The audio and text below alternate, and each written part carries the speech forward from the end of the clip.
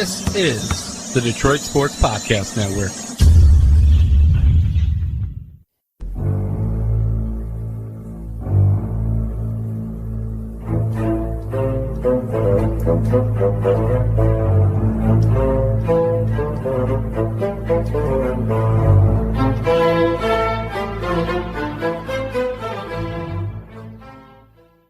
And welcome to the latest edition of Sundays with Dominic and Vito.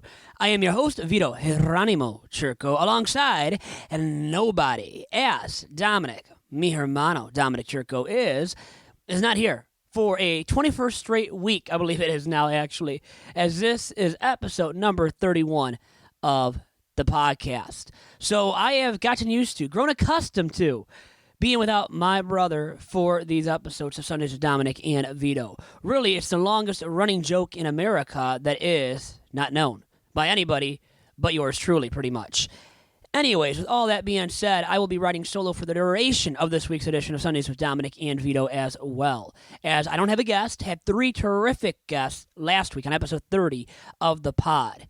And those individuals were Anthony Tyus III from Portage Northern, the senior three-star running back going to Northwestern, and wants to be a cardiac surgeon one day as well. A terrifically talented and smart dude who has great aspirations for many things on and off the football field. Then also, I was also joined by SI All Lions, my colleagues at SI All Lions, Jenna Rose and Jason Ross. Two terrific individuals right there as well, and they are as broadcasters, as writers. They are so multifaceted, and they can do it all, and they are young individuals, younger than me even. And I just turned the big 27 a few weeks ago earlier in the month of June.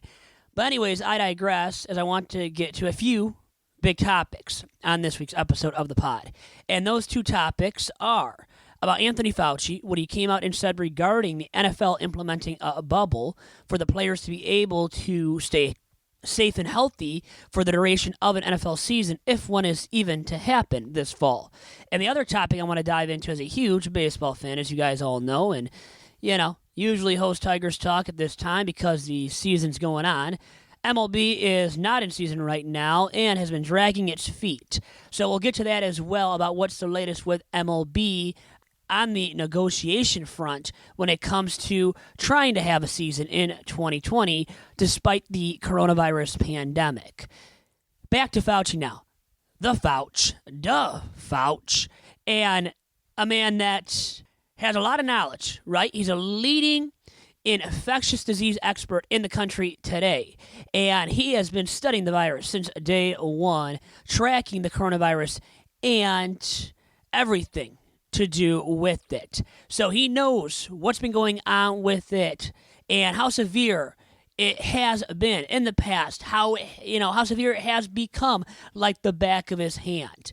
And what he recently came out and said, and specifically with his targeted audience being the NFL and NFL fans from all across the world, it is that in order for the NFL likely to have a season this fall, there will have to be a bubble. A bubble meaning the players will have to play in one specific space, it seems like, at one specific venue, and be isolated from the rest of the community, as he put it. So from the rest of the country and the world, subsequently. And that is the best way, in his opinion, of keeping these individuals safe and sound during an NFL season, if there is once again one to be played in the fall. Now, there is the danger, and that's why Fauci, to start off here too, or to trace back a little bit, he brought up there being this bubble being implemented by Roger Goodell, the NFL commissioner, and the league as a whole, because of the fact that there could be a second wave of the coronavirus come the fall. There is that fear, and it's been readily growing, it seems like, day to day for Fauci and the CDC, the World Health Organization. And once again, Fauci has studied this disease like the back of his hand. He knows it like the back of his hand. He's been tracking it since it originated in the country, pretty much, and knows how severe it has been, how many people it's killed how many people it could potentially kill moving forward as well throughout the entirety of this summer and the rest of this year as well. And once again, all of this said by Fauci recently goes back to the fact that he believes, and the CDC believes, that there will be a second wave of the virus come the fall. And who knows how severe it will be, how deadly it will be. And it could be worse than what the country and the world already has dealt with when it comes to the coronavirus. And it's been bad. And you've seen so many lives be lost because of it. But it could even be worse in the fall. There is that chance, there is that danger of that being the case. And subsequently, the NFL season is in jeopardy of happening unless, once again, in his words, there is a bubble implemented in which the players can play in one central location, stay there, and be isolated from the rest of the world. Now, for NFL players to have to go through that for the duration of, let's say, 3 months, that's a lot to ask for from these players. And in all these sports where it looks like they're going to implement a bubble per se, in the NBA, at the Walt Disney Wide World of Sports Complex in Orlando, Florida, the NBA is going to start up its season there in late July. You have Major League Baseball, which I talked about at one point at least, of playing in Florida or Arizona. I know Arizona for sure, which has become a hotbed for the coronavirus. No longer looks safe enough to host a mass amount of people, such as a mass amount of Major League Baseball players, and to resume or have the season kicking off in Arizona. And then you move on once again to what Fauci just said regarding having a bubble for the players during the 2020 NFL campaign.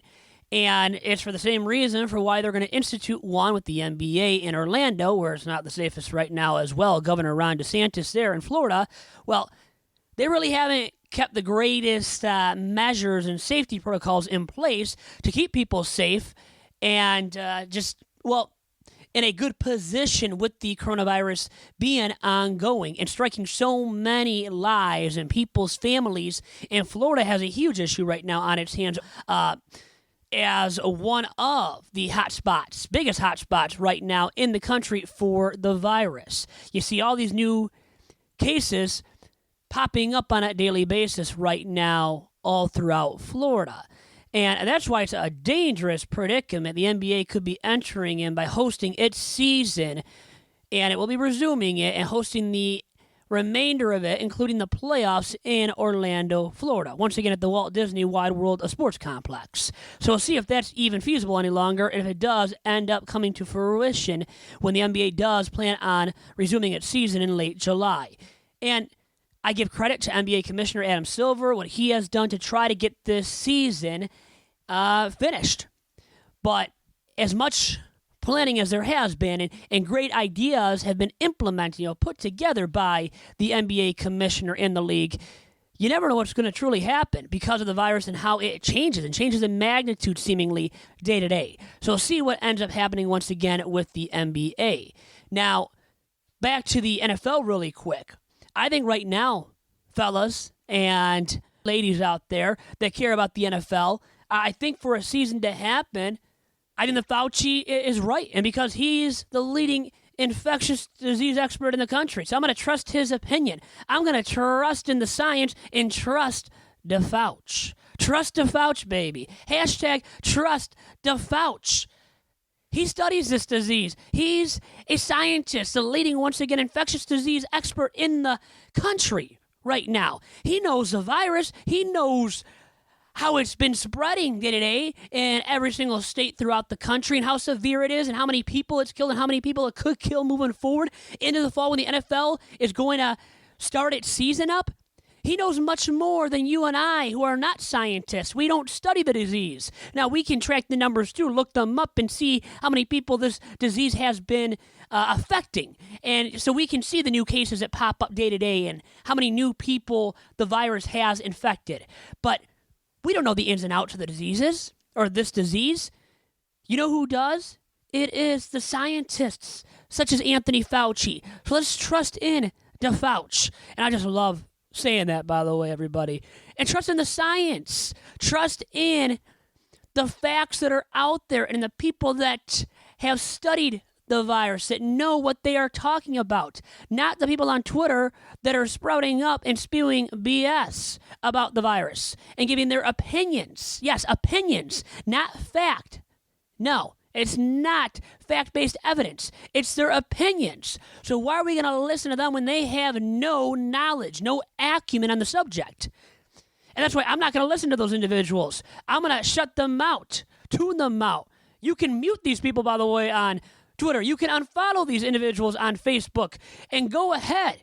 Because if you're really believing those individuals that have no knowledge on the subject, aren't scientists, and are just spewing opinions and so much nonsense on these various social media outlets, then it's time to change your ways and to mute them on Twitter once again, to unfollow them on Facebook, and to start trusting in the Fauci and in the CDC and in science. Please, let our scientists do their jobs. I could go on ad nauseum here and talk the rest of the time that I have allotted for this week's podcast and tell you, trust in the science. Trust those individuals that actually study the disease. But I think I've said enough already, and I'll leave it at that. You know my opinion on where the NFL stands with trying to kick off its season in the fall. I think, once again, if you want to have a season in 2020 with all these horrible conditions, you're going to have one location where everybody does end up playing. All 32 NFL franchises will have to play in this one central location. And once again, as Fauci has put it, in a bubble. So that is my take, and just the stuff that I feel about right now, Anthony Fauci, this virus, how the virus has affected our leagues and the chance of these leagues resuming or starting their seasons, and especially as you get later into the year with the chance of the second wave of the coronavirus. But once again, I've said enough about the NFL and its situation right now as we get closer and closer to training camp, which will kick off in late July, including for the Lions, our Detroit Lions, in Allen Park, Michigan. And then there is Major League Baseball and the division right now between Commissioner Manfred, Rob Manfred that is, the owners, and then the Players Association led by Tony Clark. And you see the going back and forth without there being an agreement. And this has been ongoing now forever and ever. And in late March, Commissioner Manfred had said that he would potentially mandate a start time and mandate an amount of games that would have to be played in 2020 if there were to be a season. And subsequently, at this point, because the owners and the players keep going back and forth and can't come to an agreement, and it's been so ugly, there might be the 50 games implemented at some point. And at this point, it's not going to be the weekend of the 4th of July, which baseball could have kicked off its season on Independence Day, and at least over the course of the weekend of the 4th of July, when people are at home and it's America's pastime, people are barbecuing and are expecting to watch some baseball. You know, cop some rays, get outside, sunbathe, go on their pontoon, go on the water, enjoy themselves with the beautiful weather that has hit our country. You know, it does, right? All throughout our country during the time of the summer. And during this time, also, it is known for Major League Baseball being played. People turning on their radios, more likely going on their mobile devices or turning on their TVs and watching some baseball. Even some stinko Tigers action, with them being irrelevant right now for the time being at least, and not being a very good ball club, but tuning in to some Tigers action even, because it is Independence Day weekend. It is the thing to do. Baseball is still America's pastime, even though it's not even close to being the most popular sport in America today, but still, it was the biggest sport at one time. It's what our fathers and grandfathers, for sure our grandfathers, right, and our ancestors grew up watching in the early 1900s or the mid-1900s. It was their go-to sport that they would tune into on the radio when TV didn't have baseball or any live sporting events on it yet, or very minimal baseball broadcast. You still had the radios, and you still subsequently had our grandfathers and ancestors tuning in to Major League Baseball action, and they loved it. It was a summer thing to do, the go-to summer sport and sport throughout our country, and over the course of a given year. It was for so long, and it's lost its luster, and It has for a while. The ratings have seemingly gone down now for at least a decade, if not longer. The attendance numbers throughout baseball have gone down now for a decade or longer as well. So baseball is not full-fledged a dying sport, or at least for me as a big-time baseball fan, and with it being my first love and me being the host of Tigers Talk and a huge baseball and Tigers pundit, I don't want to admit that it's full-fledged dead, but seemingly day after day, as more and more days pass without a new agreement being in place between the owners and the players for a season, well, it just hurts baseball and its fan base. It removes more and more luster by the day from the sport and more of the reason for even us hardcore baseball fans to tune in to Major League Baseball action this year. And baseball could have been the first sport to return once again over 4th of July weekend. It could have been the one sport we had to watch, the 4 major professional sports leagues.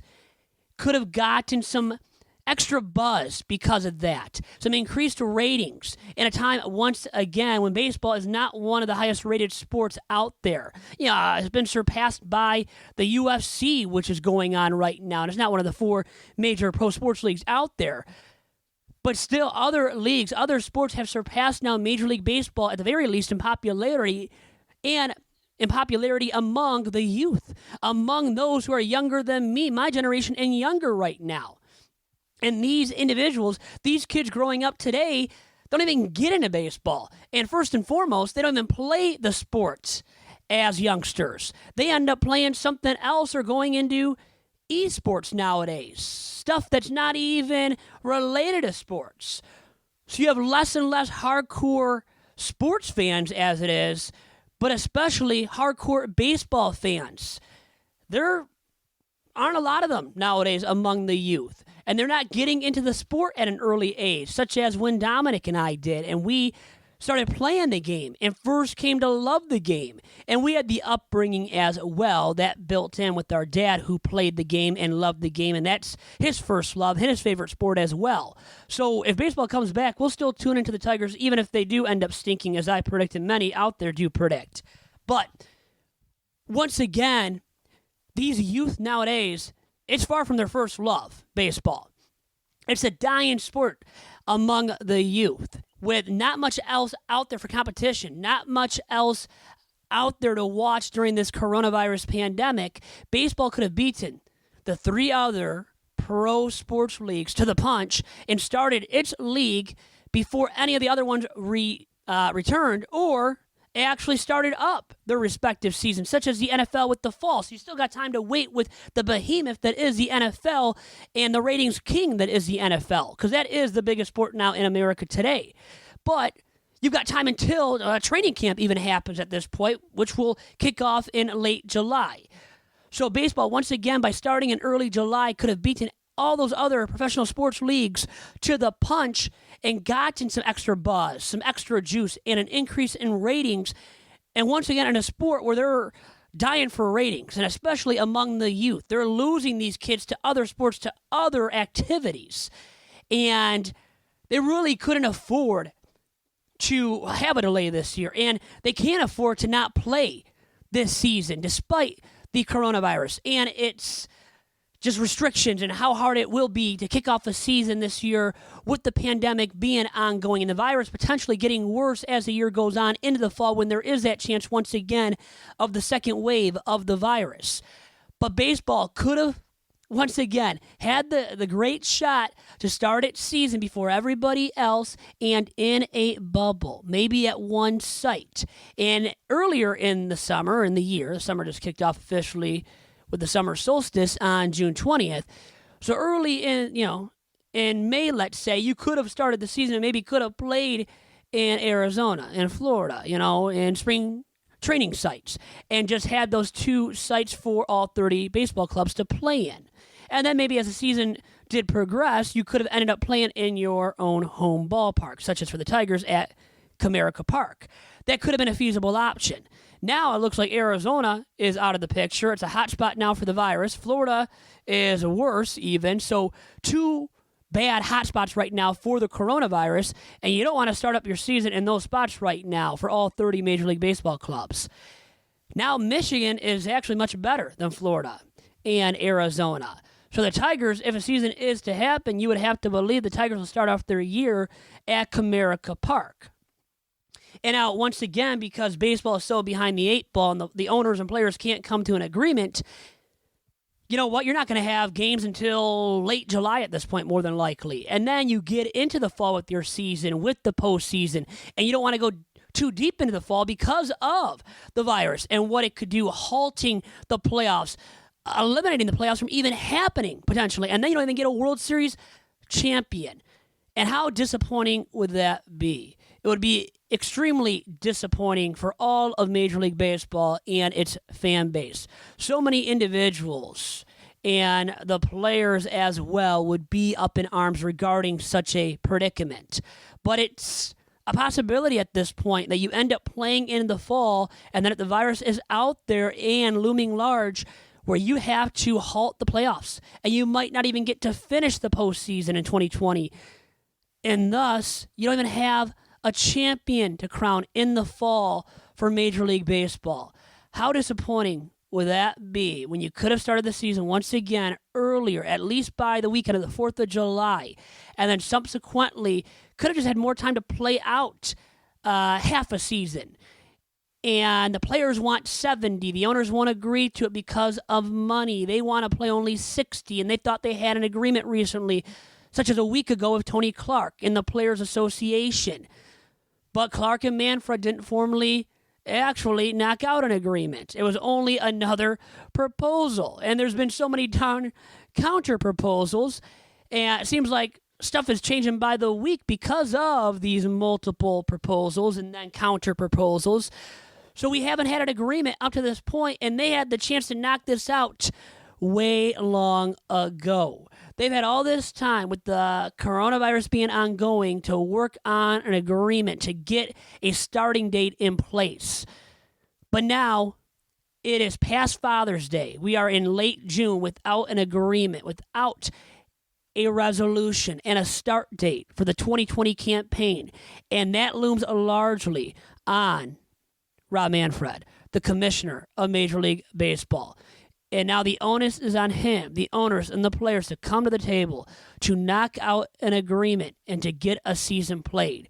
Because I really believe that Manfred cannot afford to not have a campaign in 2020 with the ratings being where they are across Major League Baseball from team to team, with the attendance numbers seemingly dipping from club to club as well, with the youth not being as intrigued by the sport and not playing the sport at a young age nearly as often as my youth or my generation did and my fathers did. So baseball, once again, is a rapidly dying sport among the youth. They had the chance to kick off their campaign before any other sports resumed of the 4 major professional sports leagues. Could have gotten a leg up on the competition subsequently and gotten some youth re-energized about the sport and back in to Major League Baseball with their eyes solely focused on the sport with the start of its season in the 4th of July weekend, let's say. And that would have helped out to, rejuvenate the fan base. But now that they're going to start later, and with all of the failures that have resulted with the negotiations between the two sides, it's left an ugly mark on baseball and on Commissioner Rob Manfred specifically as the overseer of everything. And because of that, Rob Manfred, if there isn't a season, he's never going to overcome this PR-wise. His image, his reputation will be damaged forever as a commissioner of Major League Baseball. And you can argue, and I'll make the argument right now on this week's episode of Sundays with Dominic and Vito, that he should just flat out resign. If they can't come to an agreement and get a season played in 2020 with the other sports returning, if all 3 other professional sports leagues do return and play at some point in 2020, and Major League Baseball is the only professional sports league not to return and have a season in 2020, he should flat out resign.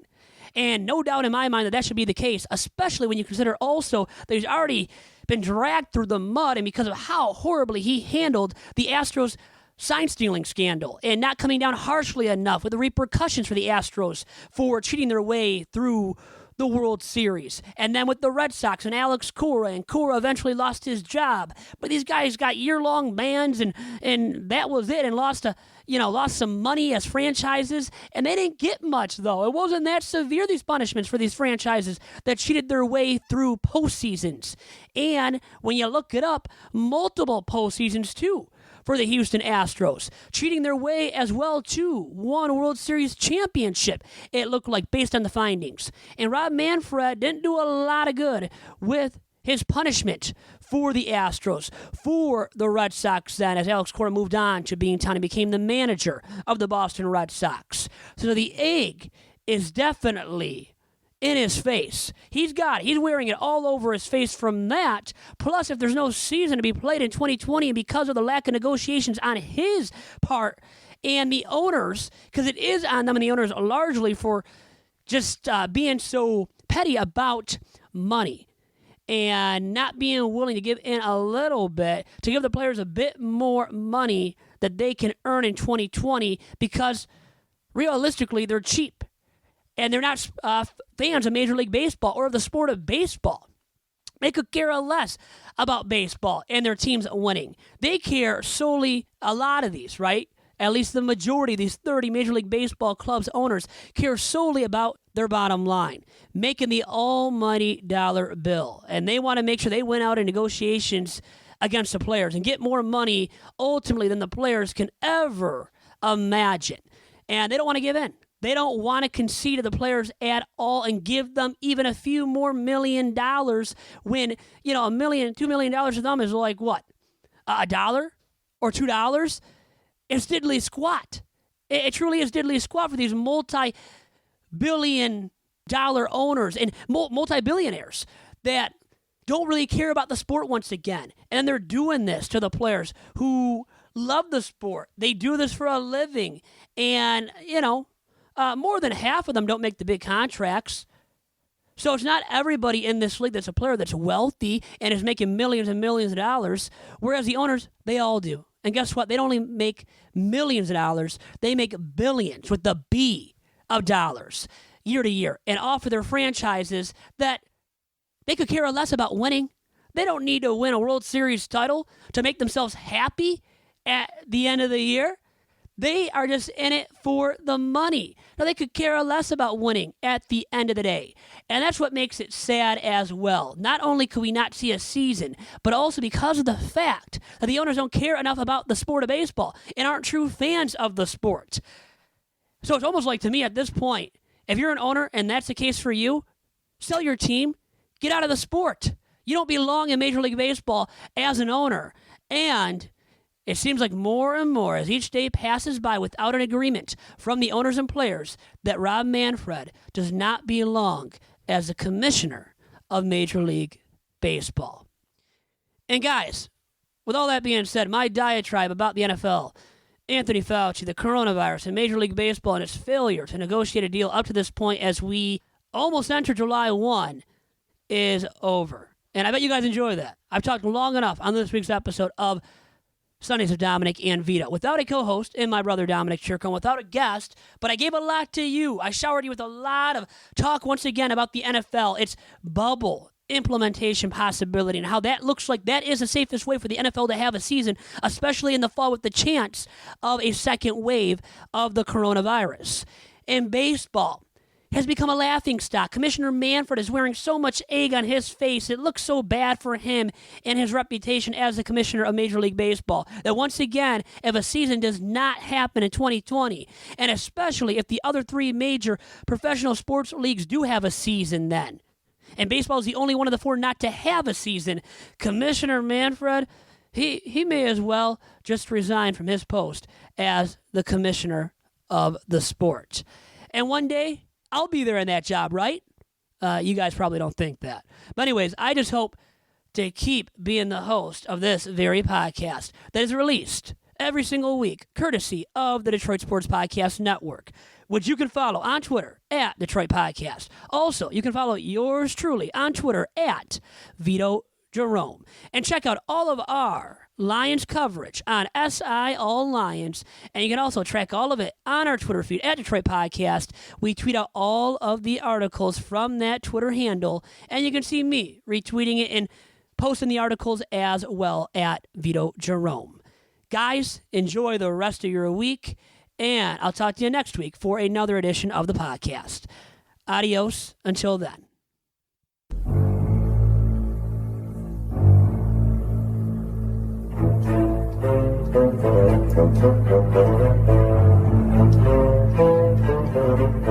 Thank you.